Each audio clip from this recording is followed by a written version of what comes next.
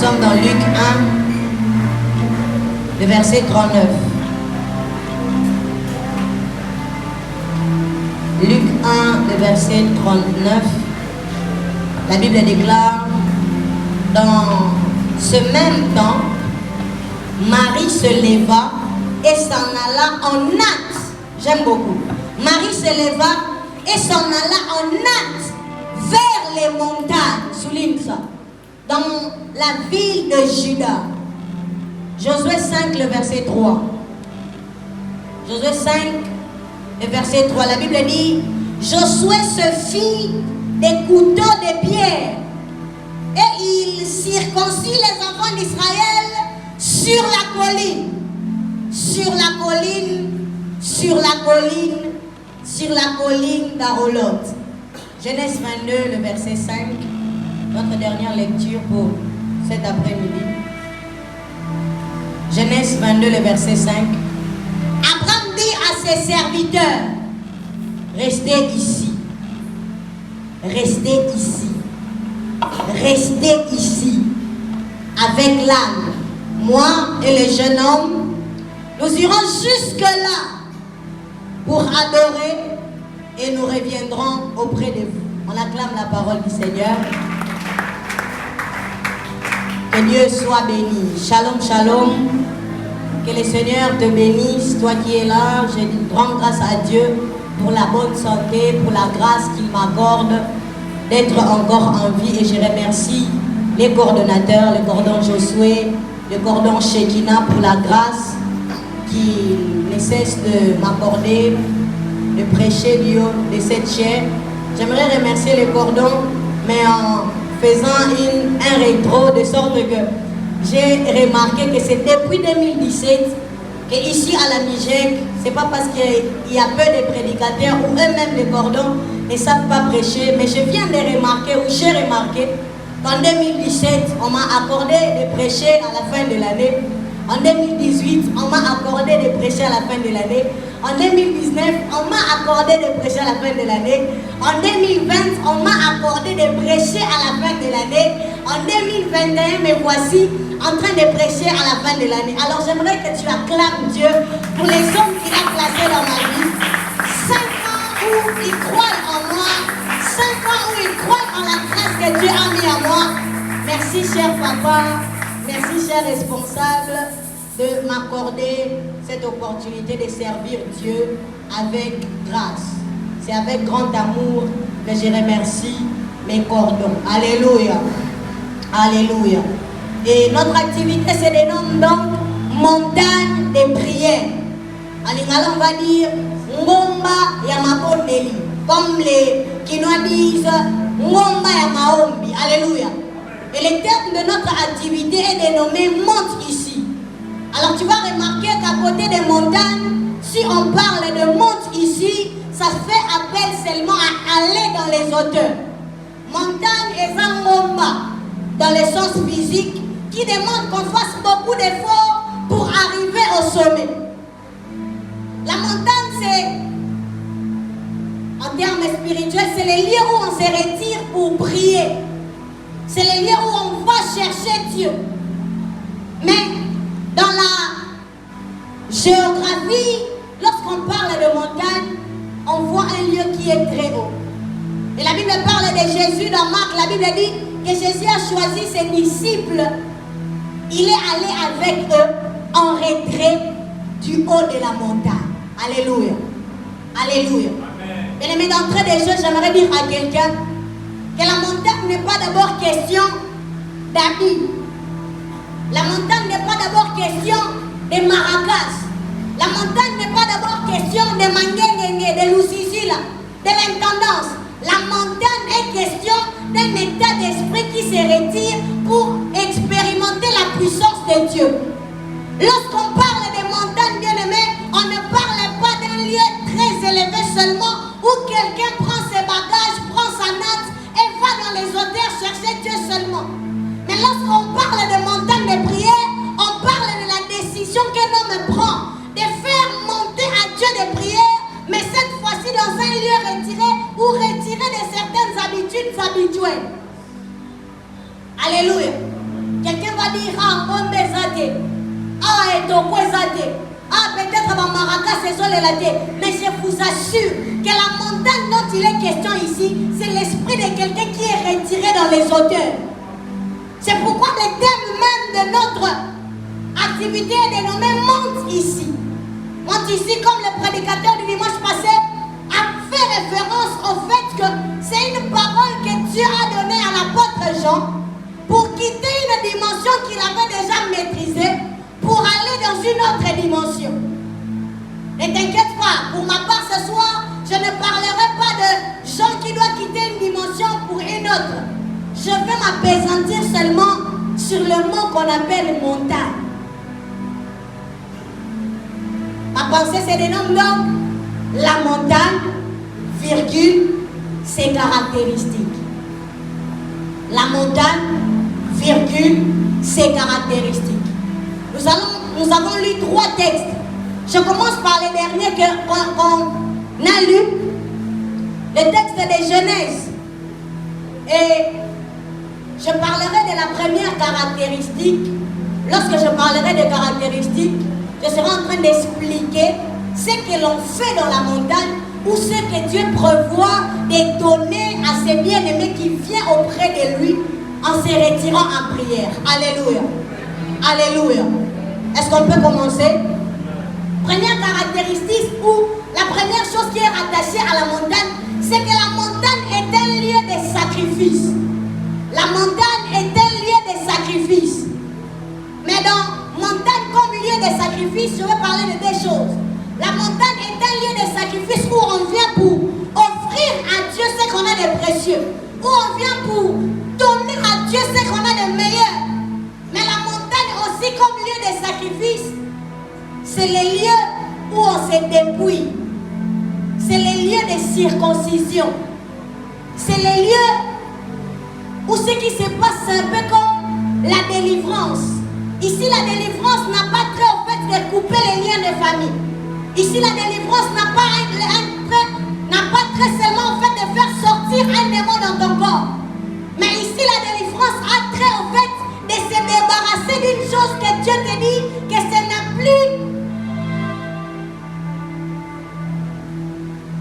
n'est plus, important pour ta destinée. Ce n'est plus important pour ton parcours. Mais je vais commencer par la montagne en termes de sacrifice. Nous voyons Abraham qui dit à ses serviteurs, restez ici. L'âne va rester, les serviteurs vont rester, mais il dit, moi et le jeune homme, nous irons jusque-là. Il parlait de la montagne, mais il n'a pas voulu en faire vraiment mention. Mais vous allez regarder qu'il ne parle pas de son fils avec qui il va aller adorer. Il dit, moi et les jeunes hommes.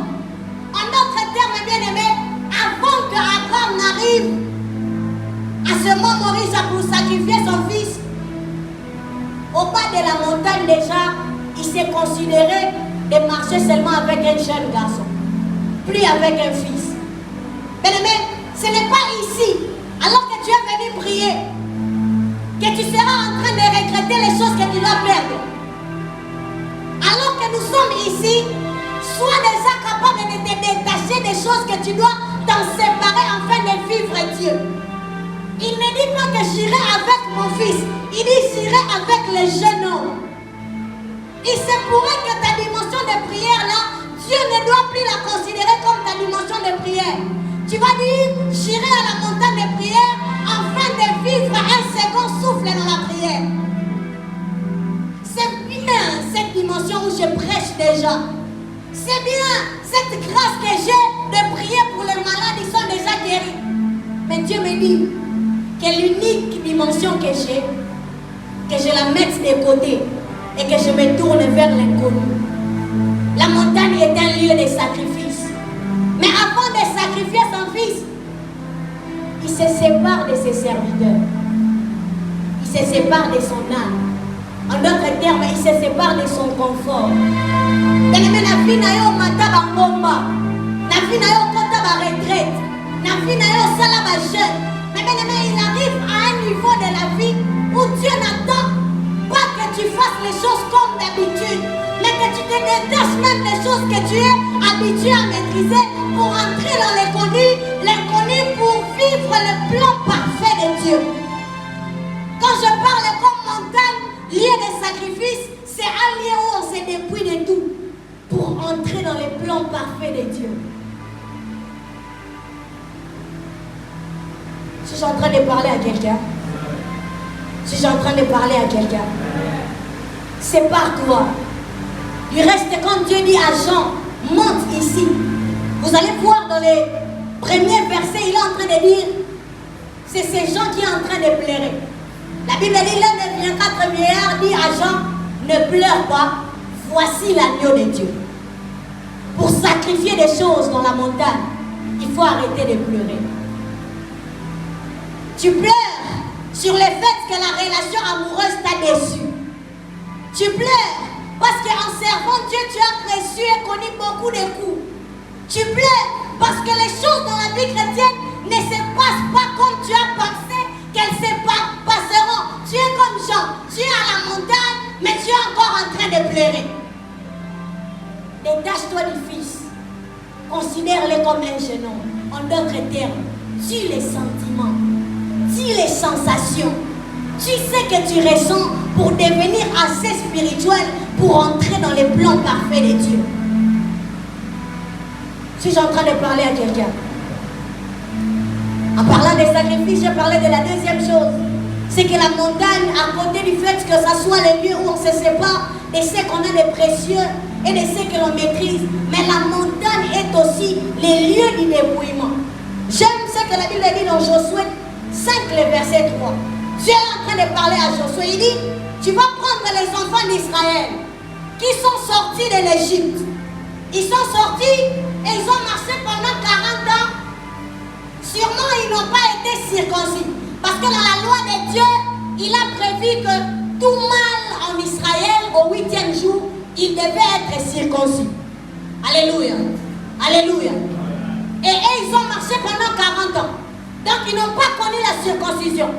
Et à l'entrée du plan parfait de Dieu, à l'entrée pour le pays de la promesse que Dieu leur a juré, Dieu dit à Josué, avant qu'ils entrent, ils doivent se retirer à la montagne.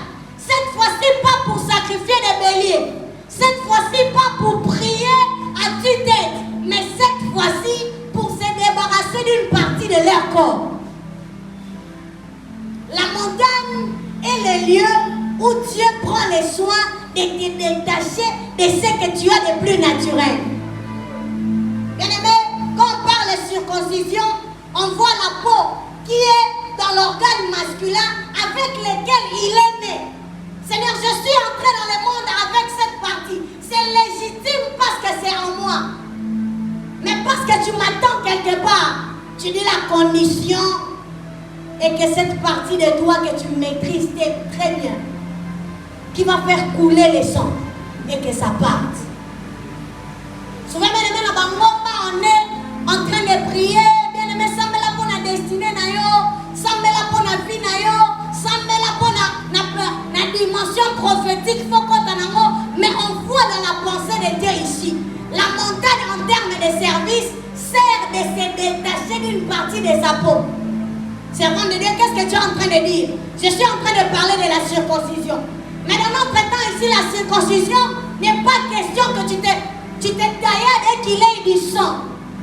Dans notre temps, il est question, si Dieu a parlé de Josué en lui disant, fais-toi des couteaux avec des pierres pour couper. Dans notre temps, lorsqu'on va à la montagne, et Dieu impose le dépouillement de la chair, il vient avec l'épée de la parole de Dieu. Et l'épée de la parole de Dieu, la Bible dit dans Éphésiens, et que cela est tranchante. Là, c'est Éphésiens qui dit utiliser l'épée de l'esprit. Mais j'aime dans Hébreu, la Bible dit que la parole de Dieu est plus tranchante que toutes sortes de couteaux. Pour séparer moelle et jointure. Pour séparer les sentiments des hommes. Bien aimé, lorsqu'on est à la montagne de l'Éternel, on doit être prêt que la parole de Dieu nous sépare des sentiments. Que la parole de Dieu te dise ta vie comme tu l'amènes depuis que tu l'as commencé, tu n'es que sentimental, tu n'as pas spirituel. N'est-ce pas que la Bible dit dans Hébreu que la parole de Dieu est plus tranchante? Il vient pour séparer Noël et jointure. À la montagne, Dieu va te dire, la relation dans laquelle tu es, ce n'est pas celle dans laquelle tu dois être. Tu dois accepter qu'elle parte. Circoncision à la montagne. Dieu va te dire, la manière dont tu sers Dieu, ce n'est pas la bonne manière. La manière dont tu te consacres, ce n'est pas la bonne consécration. La consécration ne doit pas être une capacité de prier à haute voix en langue quand tu es rassemblé parmi les gens. Tu dois te débarrasser de cette vie de prière sentimentale où tu ne pries que quand il y a beaucoup de gens et on dénomme que c'est une montagne. Tu dois te séparer de cette vie où toi tu ne vis pas par rapport à ce que la Bible dit, mais tu vis par rapport à ce que ton cœur te dit. Si ton cœur te dit en ce temps-là, il faut que tu te détaches un peu de l'œuvre de Dieu, parce que dans ta vie ça ne va pas bien. Tu viens aussi bien aimé, non, ce dernier temps, tu as un bon là. Nami Kaboli, non, non, la Bible dit que la montagne, c'est le lieu où Dieu nous sépare de tout ce qui est sentimental. Et alors que tu es en train de m'écouter, laisse la parole de Dieu te séparer d'une chose avec laquelle tu as marché tout 2021. Les enfants d'Israël ont marché 40 ans avec leur prépuce. Mais avant d'entrer dans leur prédestinée, ils doivent renoncer à cette partie de leur chair. Je vais dire à quelqu'un, la chose légitime que tu as travaillé depuis janvier 2021, Dieu te dit que tu n'entreras pas en 2022 avec ça. Il faut que cette bassesse puisse tomber. Si je suis en train de parler à quelqu'un, localise dans ta vie toute agent sentimental qui est encore là. Il se pourrait que pour toi ce n'est même pas une personne, mais c'est toi-même qui te laisse emporter par tout type de vent. C'est légitime. Autant que dans mon petit décembre, mais Dieu ne fait pas que ça rentre avec toi l'année prochaine. Deuxième caractéristique de la montagne, c'est que la montagne, c'est le lieu de la fortification. La montagne est un lieu de fortification. Dis après moi fortification. Dis après moi fortification. La Bible dit dans Luc 22, alors un ange lui apparaît du ciel pour lui fortifier. Ça parle de Jésus à Gethsemane. Mais mes frères, sœurs, tu m'as entendu. Tu as localisé les choses dont tu dois te séparer. Pour Jésus, à Gethsemane, il ne s'agissait pas des œuvres de la chair. Il ne s'agissait pas même d'une vie de péché. Il ne s'agissait pas même d'une vie sentimentale. Pour Jésus, il s'agissait de sa volonté humaine qui devait fléchir par rapport à la volonté de Dieu. On a besoin de la force à la montagne pour être capable d'accomplir les plans parfaits de Dieu pour nos vies. Tu as fait beaucoup d'efforts pour te sanctifier, pour marcher dans la consécration. Mais tu n'arrives toujours pas. Tu as fait beaucoup d'efforts pour avoir la capacité d'être à la brèche, d'intercéder, d'être un homme de Dieu irréprochable. Mais ça n'a pas marché. La montagne est un lieu de fortification.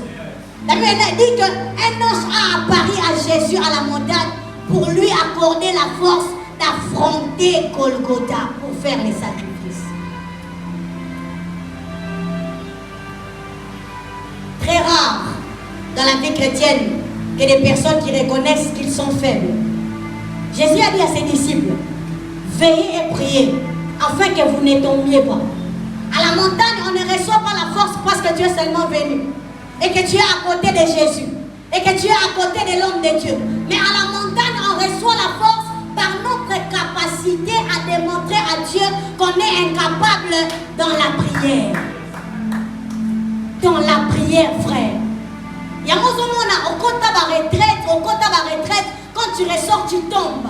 Remarque bien, dans ces temps-là de montagne, dans ces temps-là où tu t'es retiré, est-ce que tu étais en train de prier? Il n'y avait pas que Jésus seul à Gethsemane.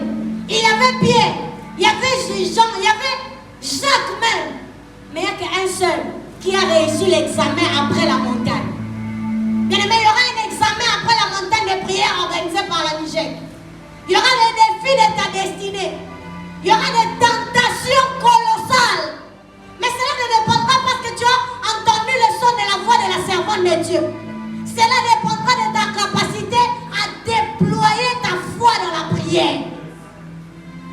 C'est alors que tu recevras la force d'affronter la tentation. Jésus dit la chair est faible, mais l'esprit est disposé. L'esprit reçoit la fortification lorsqu'elle entre en contact avec l'esprit de Dieu. Et comment entrer en contact avec l'esprit de Dieu? C'est lorsque l'on prie. Et de mettre à tes potes l'accent de l'anti. Tu as tes potes Michel que l'accent de on est à la montagne de prière pour la prière. Pour recevoir la force d'affronter ce qu'on n'a pas pu affronter en 2021 et qu'en janvier qu'on soit victorieux. Troisième caractéristique de la montagne, avant que l'on finisse. La montagne est un lieu de positionnement prophétique qui prédispose aux grandes révélations. La montagne est un lieu de positionnement prophétique qui nous prédispose aux grandes révélations. Les grandes révélations de ta vie, les grandes vérités sur ta destinée, tu ne les recevras pas lorsque tu es avec tout le monde. Les grands détails sur la trajectoire dont doit prendre ton caractère à l'année qui doit commencer est question de ta capacité à te retirer, à prier. J'aime une chose. Jean est déjà en train de donner, comme l'homme de Dieu avait dit, des messages aux 7 églises et toutes ces choses. Mais avant que Dieu donne des détails les plus précis, il dit monte ici. Monte ici. La montagne est un positionnement. Peut-être pas seulement à genoux, mais dans ton esprit, tu es suffisamment en contact avec les divins que tu peux recevoir ce que tu n'as jamais vu. La Bible dit que dans la montagne de transfiguration, les disciples ont reçu la révélation qu'ils n'avaient jamais eu de Jésus, c'est de le voir transfiguré. Je suis en train de prier le Seigneur. Alors que quelqu'un est en train de m'écouter ici, alors que tu es en train d'entendre le son de ma voix, que les grandes révélations de ta destinée, que les grandes révélations de ta vie, sur les caractères, sur les offrandes, sur ta manière de faire, te soient communiquées. La Bible dit, Jean, monte ici, monte, change de positionnement. Tu as trop prié comme tout le monde. Ton parler en langue est trop commun. Tu trembles ça depuis des mois, je n'en fais plus. Passe à autre chose. Et tu vas voir des grandes choses. Quatrième et dernière caractéristique de la montagne, c'est que la montagne est le lieu de l'accomplissement des promesses. La montagne est le lieu d'accomplissement des promesses. J'aime beaucoup la Bible. La Bible parle de Marie. Marie, bien aimée, la Bible dit que l'Esprit de Dieu l'a apparu, lui disant que tu seras la mère de celui qui va sauver le monde. Il lui dit, comment cela se fera-t-il? L'ange lui dit, l'Esprit de l'Éternel viendra sur toi, l'ombre du Tout-Puissant te couvrira. Mais qu'est-ce qui se passe dans le verset 39? La Bible dit, Marie s'en alla en hâte vers les montagnes. Marie s'en alla en hâte vers les montagnes. Une personne qui pouvait rester dans la vie commune parce qu'on l'a promis que le Saint-Esprit est avec elle pour l'accomplissement de sa destinée, c'est Marie. Mais Marie, l'ange n'a pas mentionné va vers la montagne. L'ange a seulement dit que l'Esprit, l'ombre du Très-Haut, viendra sur toi. Mais elle-même, elle a dit, pour que cette prophétie devienne réelle, je dois monter. C'est alors qu'elle a rencontré Élisabeth. La salutation prophétique qui a déclenché des grandes choses entre Jean-Baptiste qui était dans les seins d'Élisabeth et de Jésus qui était dans les seins de Marie ne s'est pas passée à la plaine. Elle s'est passée à la montagne. Et à la montagne, on n'a pas prophétisé sur Marie qu'elle doit aller. Mais c'est sa capacité à être sensible. Qu'ici, sur les plans de ma destinée, il faut que je monte. Est-ce qu'on peut me donner plus de volume sur mon micro? Elle est montée. Et c'est alors que les choses en elle ont commencé à bouillonner. Et que le prophétique s'est déclenché. La montagne, c'est les lieux où on attend l'accomplissement des promesses de Dieu. J'aimerais dire des choses avant que l'on prie. Bien-aimé, Dieu est celui qui promet. Dieu est celui qui s'engage à la réalisation de ce qu'il a promis. Dieu est celui qui est fidèle à ses promesses. Il n'a pas menti à Marie. Du reste, il a mis tout en elle pour qu'elle entre dans sa destinée. Mais Dieu ne fera jamais notre part. Dieu ne fera jamais notre part. Il se pourrait que tu aies des grandes promesses. Il se pourrait que tu t'attends à Dieu comme tu t'es jamais attendu dans ta vie. Mais là, crois seulement à la fidélité de Dieu. Mais monte. Dernière chose pour que l'on prie. Je reviens à ce que j'avais dit en premier lieu. C'est qu'ici, il n'est pas question de monter, de gravir des sommets, mais de se retirer dans son esprit. De réaliser que l'Esprit de Dieu est là. À Gethsemane, il faisait noir. À Gethsemane, il faisait froid. Mais Jésus a eu la visitation angélique qui l'a fortifié dans sa destinée.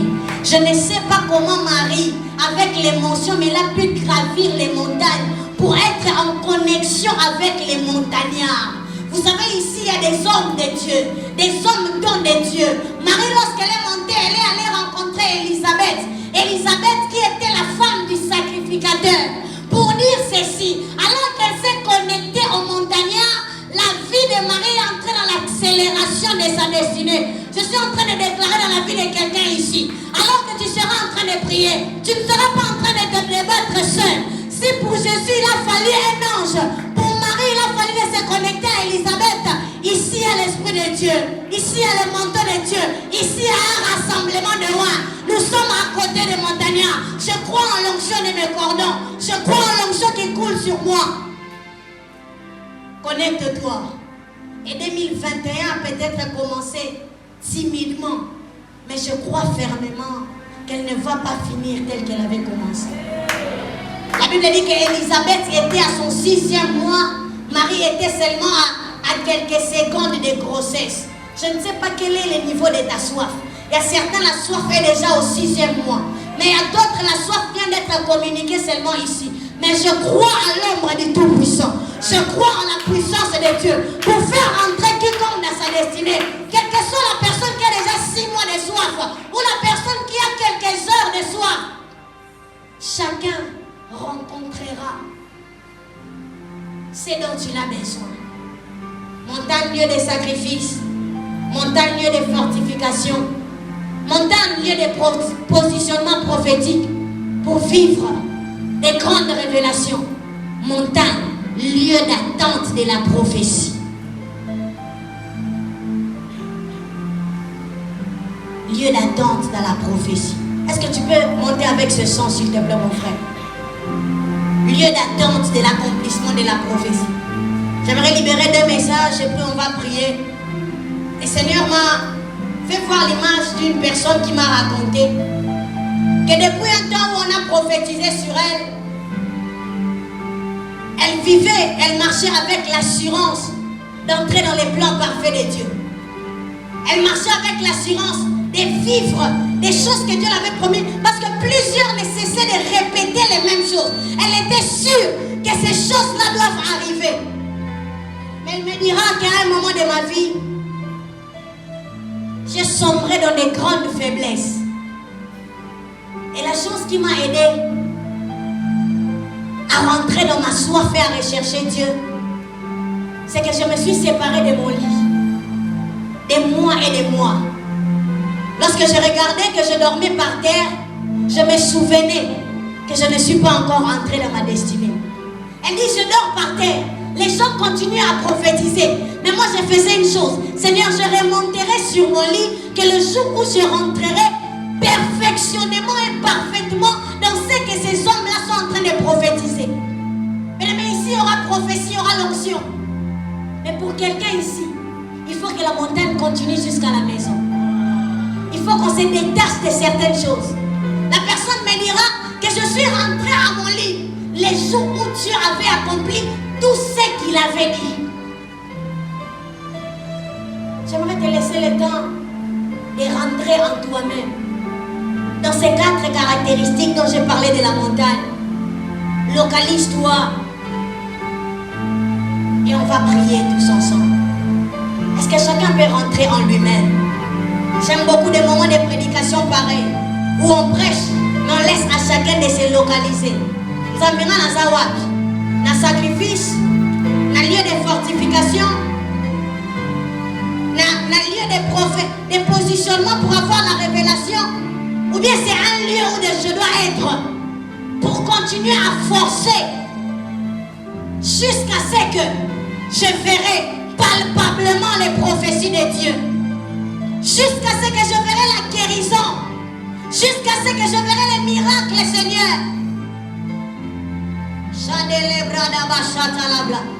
Pendant 30 secondes, j'aimerais que chacun se localise. Localise-toi. Localise-toi. C'est où que tu te situes dans la montagne? Est-ce que tu es un Abraham aujourd'hui où tu dois te séparer? Est-ce que tu es dans le livre de Josué où tu dois accepter la circoncision? Te détacher de certaines choses, d'accepter de quitter le monde sentimental pour entrer dans le monde spirituel. Où toi tu es à Gethsemane, où tu as besoin de la force. Seigneur, ma destinée Golgotha est là. Mais pour moi c'est Gethsemane. J'ai besoin de la fortification.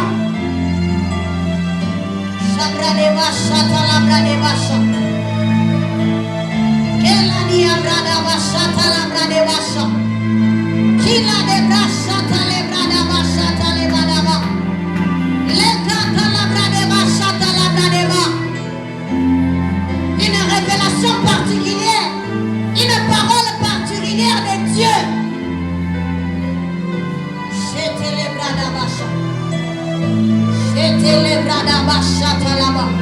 Est-ce qu'on peut tous être debout? Je vais inviter devant les personnes qui doivent sacrifier des grandes choses. Sacrifier des grandes choses.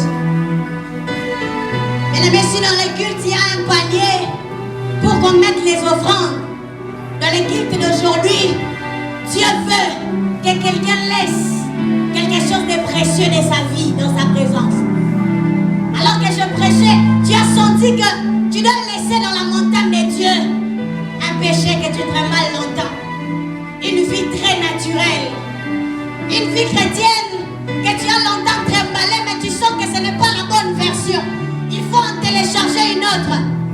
Mais peut-être pour quelqu'un, il faut une délivrance, une circoncision. Et partout où vous êtes, j'aimerais vous inviter, on va prier avant de passer à autre chose. Les personnes qui doivent faire des grands sacrifices, mais à côté, des personnes qui veulent vivre une grande délivrance. Seigneur, je sens que dans ma vie, j'aimerais vivre la circoncision de mon cœur. J'aimerais vivre une totale délivrance. J'aimerais arrêter les vies dedans dessus, où je monte dans la consécration, mais je retombe brutalement. Seigneur, à la porte de ma grande destinée, j'aimerais vivre la circoncision. Que le sang coule, mais que j'entre dans ma vraie destinée. J'ai besoin de ces personnes. On va prier avec vous. Il y a des choses que tu dois sacrifier. Mais à côté, tu as besoin d'une délivrance. Et partout où nous sommes, j'aimerais que l'on avance. On n'a pas beaucoup de temps. J'aimerais que l'on avance et que l'on prie.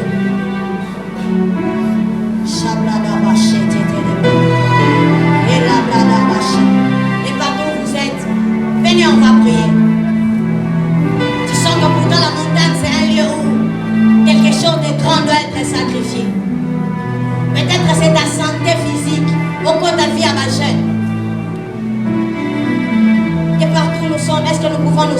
s'il vous plaît. On va nous aider avec ce son.